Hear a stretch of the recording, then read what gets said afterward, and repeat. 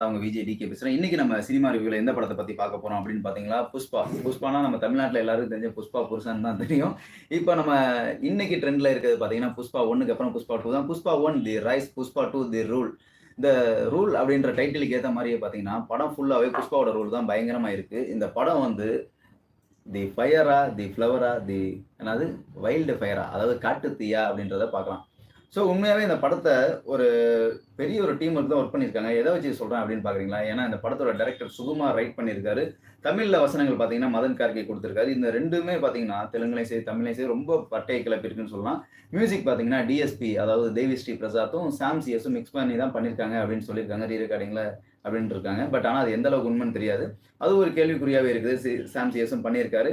அதுக்கப்புறம் பார்த்தீங்கன்னா, இதுல ஆக்டர் அல்லு அர்ஜுனும், ஃபகத் ஃபாசிலும் நடிச்சிருக்காங்க. ஆக்டர் அல்லு அர்ஜுன் வந்து ஹீரோவும் பண்ணியிருக்காரு. ஃபகத் ஃபாசில் வந்து வழக்கம் போல பார்ட் 1ல இருந்த வில்லன் மாரியே இதுலயும் வில்லனா பண்ணியிருக்காரு. ஆனா இதுல பார்த்தீங்கன்னா, ஃபகத் ஃபாசிலுக்கு மேலேயே பாருங்க, அதுக்கு மேல ஒரு டாப் வில்லனா இன்னும் 2, 3 பேர் பண்ணியிருக்காங்க. ராஷ்மிகா மந்தனா ஹீரோயினா பண்ணியிருக்காங்க. இவங்களுக்குள்ள இருக்க லவ் அண்ட் கெமிஸ்ட்ரி ரொம்ப பக்காவா இருந்திருக்கு. மொத்தத்துல அல்லு அர்ஜுன் இந்த படத்துல பார்த்தீங்கன்னா, ஒரு மாஸு, ஒரு கிளாஸான ஒரு ஹீரோன்னே சொல்லலாம். ஒரு புஷ்பா கிடையாது. புஷ்பாவாவே வாழ்ந்திருக்காரு. அந்த கேரக்டருக்குள்ளே ஃபுல்லாவே வாழ்ந்திருக்காருன்னு சொல்லலாம். படத்துக்கு வெளியில ஆன் ஸ்க்ரீன்ல எப்படி ஒரு அல்லு அர்ஜுன் ஒரு படத்த தாங்கி கொண்டு போறாரோ, படத்துக்கு பின்னாடி பார்த்தீங்கன்னா, அதாவது ஆஃப் ஸ்க்ரீன்ல பேக் சைட்ல ஒர்க் பண்ணியிருக்க ஒரு 4 பேர் பார்த்தீங்கன்னா, பயங்கரமான ஒரு டீம் ஒர்க். அந்த 4 பேர் யார் யாருன்னு பார்த்தீங்களா? டைரக்டர் சுகுமார். அவரோட ரைட்டிங் அண்ட் டைரக்ஷன்ல படம் பக்காவா இருக்கு. அதே மாரி டிஎஸ்பியோட மியூசிக், அந்த பிஜிஎம் மியூசிக்ஸ், ஃபைட் சீக்வென்ஸ்ல எல்லாத்துலயுமே சரி, அதே மாரி சாங்ஸும் சரி, எல்லா லெவல்லயும் பிச் வந்திருக்காங்க. இது 2வது ரகமா இருந்தாலும். 3வது ரகம் பார்த்தீங்கன்னா, எடிட்டர் நவீன் நோலி. அவரு கைப்பட்ட கை வண்ணங்கள்னு சொல்லுவாங்கல்ல, சித்திரம் பேசுதடி அப்படின்ற மாரி, சித்திரம் கைப்பழக்கம் செந்தமிழ் நாப்பழக்கம்ன்ற மாரி, சித்திரம் வரைஞ்சு தான் மக்களுக்கு அழகா காட்டுற மாரி, அவரு எடிட்டிங்ல செதுக்கி இருக்காரு. சூப்பரா நவீன் நோலி.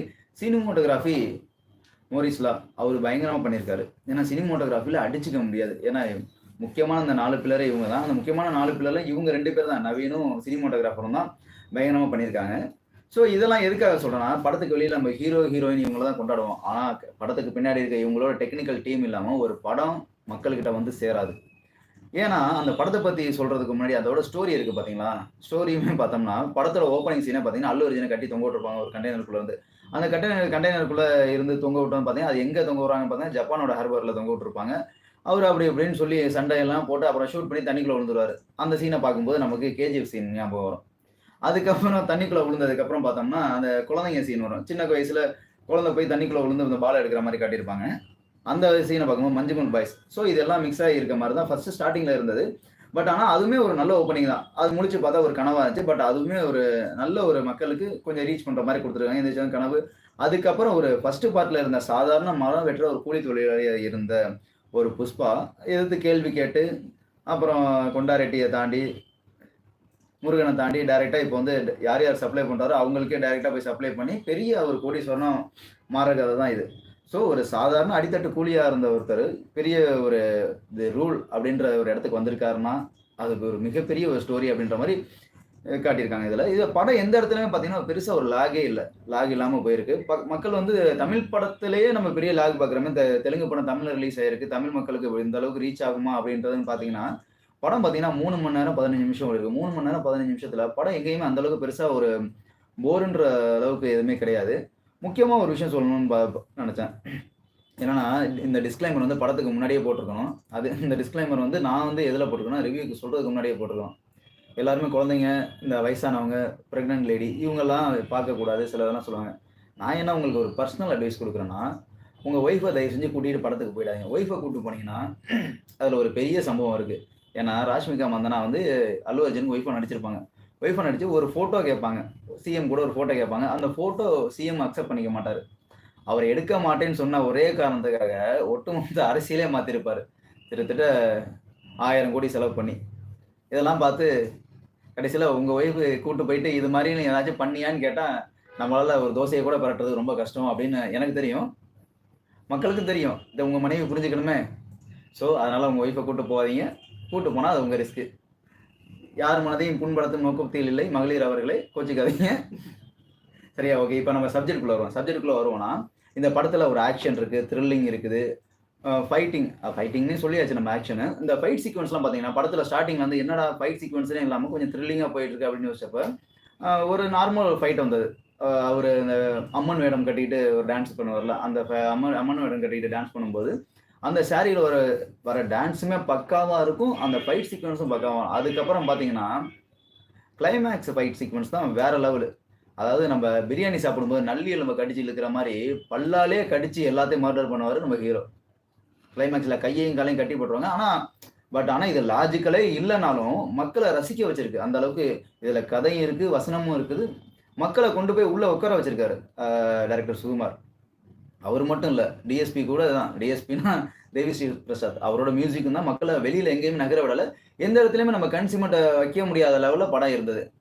படத்துல ஒரு லவ், ஒரு ஃபேமிலி, ஒரு குடும்பத்துக்காக ஒரு சாமானியன் எந்தெந்த வகையில கஷ்டப்படுறான், கஷ்டப்பட்டு மேல வந்தாலுமே எவ்வளவு பெரிய ஆளா இருந்தாலும் கடைசியில தன்னோட பொண்டாட்டி சொல்லதான் கேட்டு ஒருத்தன் நடப்பான் அப்படின்னு சொல்றத ஒரு பெரிய வேத வாக்காவே காட்டியிருப்பாங்க படத்துல. ஸோ படம் சொல்லவே தேவையில்ல, ரொம்ப பட்டை கிளப்பிருக்கு.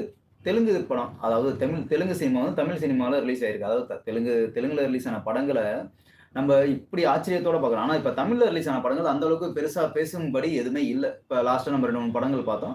அந்த 2, 3 படங்கள்ல பார்த்தீங்கன்னா ஒரு சில படங்கள் தான் நம்ம அதிக அளவுக்கு நம்ம பேசுறபடி இருக்குது. ஆனா அந்த அளவுக்கு ரொம்ப பெருசா பேசுறபடி தமிழ்ல எந்த படமும் இல்லை.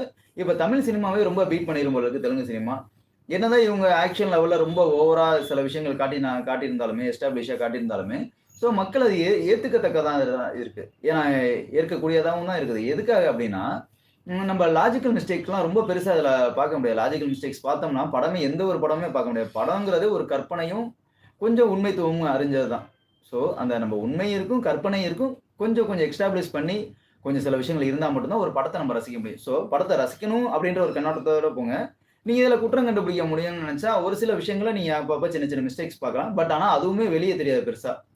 ஸோ மொத்தத்துல இந்த புஷ்பா 2 பாத்தீங்கன்னா ஃபயரா இல்ல ஃப்ளவரா இல்ல வைல்டு ஃபயர்னு பார்த்தா ஒரு பக்கம் ஃபயராகவும் இருக்கு, ஒரு பக்கம் ஃப்ளவராகவும் இருக்கு, வைல்டு ஃபயராகவும் இருக்கு. ஸோ வைல்டு ஃபயர் எதுக்காக அப்படின்னு சொன்னேன்னு பாத்தீங்களா, ஃபகத் ஃபாசில் பாத்தீங்கன்னா இவரோட செம்மரத்தை கண்டுபிடிக்கிறதுக்கு பயங்கரமான முயற்சினா எடுப்பாரு. ஆனா அதையுமே டேக்கிள் பண்ற லெவலில் ஒவ்வொரு இடத்துலையும் ட்விஸ்ட் கொடுத்து போயிட்டு இருப்பாரு நம்ம அல்லு அர்ஜுன். பயங்கரமா எல்லா இடத்துலையும் ட்விஸ்ட் கொடுத்து அவரையும் மிஞ்சி செம்மரத்தை டைரக்டா ஆந்திராவை கடந்து, சென்னையை கடந்து, ஸ்ரீலங்காவுக்கு கொண்டு போய் அங்கிருந்து வித்திருப்பாரு.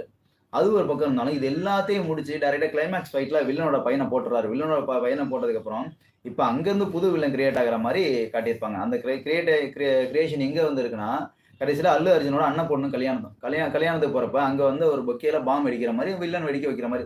ஸோ இதோட அடுத்த பார்ட் கண்டினியூ ஆகுது. ஸோ இந்த அடுத்த பார்ட் எப்படி இருக்கும் அப்படின்னு தெரியல. ஆனா ஃபர்ஸ்ட் பார்ட்டோட செகண்ட் பார்ட் வந்து எனக்கு ரொம்ப பிடிச்சிருக்கு. நீங்களும் நம்பி தைரியமா போகலாம். கொடுக்குற காசுக்கு ஒர்த்தான படம். தைரியமா போய் பார்த்துட்டு வந்து நம்ம கிட்ட கமெண்ட் சொல்லுங்க. இந்த வீடியோ எப்படி இருக்குன்னு சொல்லி கமெண்ட் பண்ணுங்க. கண்டிப்பா இந்த வீடியோ பிடிச்சிருந்தா லைக் பண்ணுங்க, ஷேர் பண்ணுங்க, சப்ஸ்கிரைப் பண்ணுங்க, அந்த பெல் பட்டனை அமுக்கிட்டு போயிருங்க. இது மாதிரி மற்ற வீடியோக்கள் என்ன மாதிரி வீடியோக்கள் வேணும் அப்படின்றதையும் நீங்கள் சொல்லுங்கள். இல்லை சொல்லாமலும் போங்க, அது அடுத்த பிரச்சனை. ஸோ மொத்தத்தில் இந்த புஷ்பா வந்து ஃபயர் இல்லை, வைல்டு ஃபயர் பயங்கரமாக இருக்குது. ஸோ மீண்டும் அடுத்த ஒரு ஜில்லுனு சினிமா ஷோவில் உங்களை சந்திக்கும் வரை உங்களிடமிருந்து விடைபெறுவது நான் உங்கள் விஜய் டிகே. பாய் பாய்.